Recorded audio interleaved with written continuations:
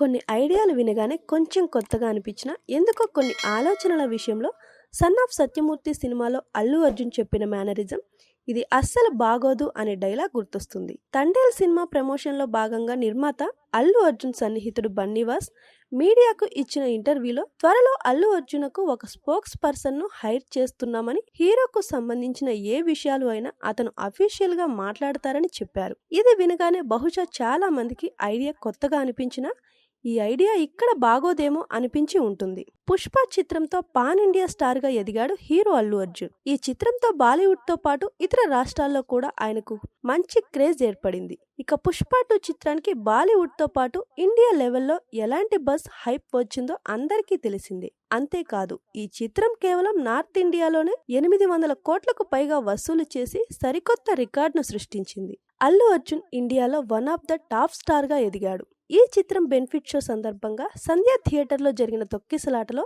రేవతి అనే మహిళ చనిపోవడం, ఆమె కొడుకు శ్రీతేజ్ తీవ్రంగా గాయపడి హాస్పిటల్లో చికిత్స పొందుతున్న విషయం తెలిసిందే.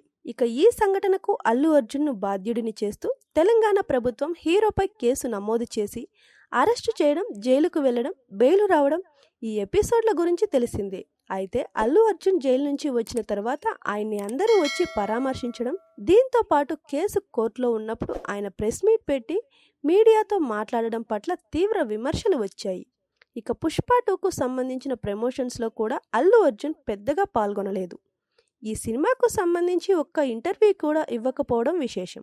అయితే పుష్ప 2లో ఆయన నటనకు దేశవ్యాప్తంగా ప్రశంసలు దక్కాయి. దాదాపు 1892 కోట్ల రూపాయలు వసూలు చేసి ఇండియాలో అత్యధిక వసూలు సాధించిన భారతీయ చిత్రంగా ఈ సినిమా కొత్త రికార్డును నెలకొల్పింది. కాగా సంధ్య థియేటర్ సంఘటన తర్వాత తనపై సోషల్ మీడియాలో వచ్చిన ఆరోపణలతో పాటు భవిష్యత్ కార్యాచరణను తెలియజేయడానికి, ఆ విషయాలు మీడియా ముందు మాట్లాడడానికి ఓ స్పోక్స్ పర్సన్ ను హైర్ చేసుకోబోతున్నాడట. ఇదే విషయాన్ని ఆయన సన్నిహితుడు బన్నీవాస్ తెలిపారు. అయితే ఈ విషయంలో ప్రస్తుతం సోషల్ మీడియాలో పలు విమర్శలు వినిపిస్తున్నాయి. ఇప్పుడు అందరికీ సోషల్ మీడియా అందుబాటులో ఉంది. ఏ సెలబ్రిటీ ఏ విషయం చెప్పాలనుకున్నా సోషల్ మీడియా ప్లాట్ఫామ్ ద్వారా చెప్పొచ్చు, లేదా అధికారికంగా ఓ ప్రెస్ నోట్ను రిలీజ్ చేసే అవకాశం కూడా ఉంది. సోషల్ మీడియాలో యాక్టివ్గా ఉంటే అల్లు అర్జున్ తను చెప్పాలనుకున్న సమాచారాన్ని తన టీం లేదా సొంత ఎక్స్ ఖాతా ద్వారానో లేదా ఇన్స్టాలో పోస్ట్ చేసి తెలియజేయవచ్చు. కానీ ఇండియాలో ఏ హీరోకి లేని ఈ స్పోక్స్ పర్సన్ కాన్సెప్ట్ ఏంటి అంటూ కామెంట్స్ వినిపిస్తున్నాయి. అంతేకాదు స్పోక్స్ పర్సన్ మాట్లాడడం, అతని ఇంటర్వ్యూలు తీసుకోవడం విషయంలో కూడా మీడియా పెద్దగా ఇంట్రెస్ట్ చూపించకపోవచ్చు అనే వాదనలు కూడా వినిపిస్తున్నాయి. చూద్దాం ఈ కాన్సెప్ట్ సక్సెస్ అవుతుందా లేదా అనేది.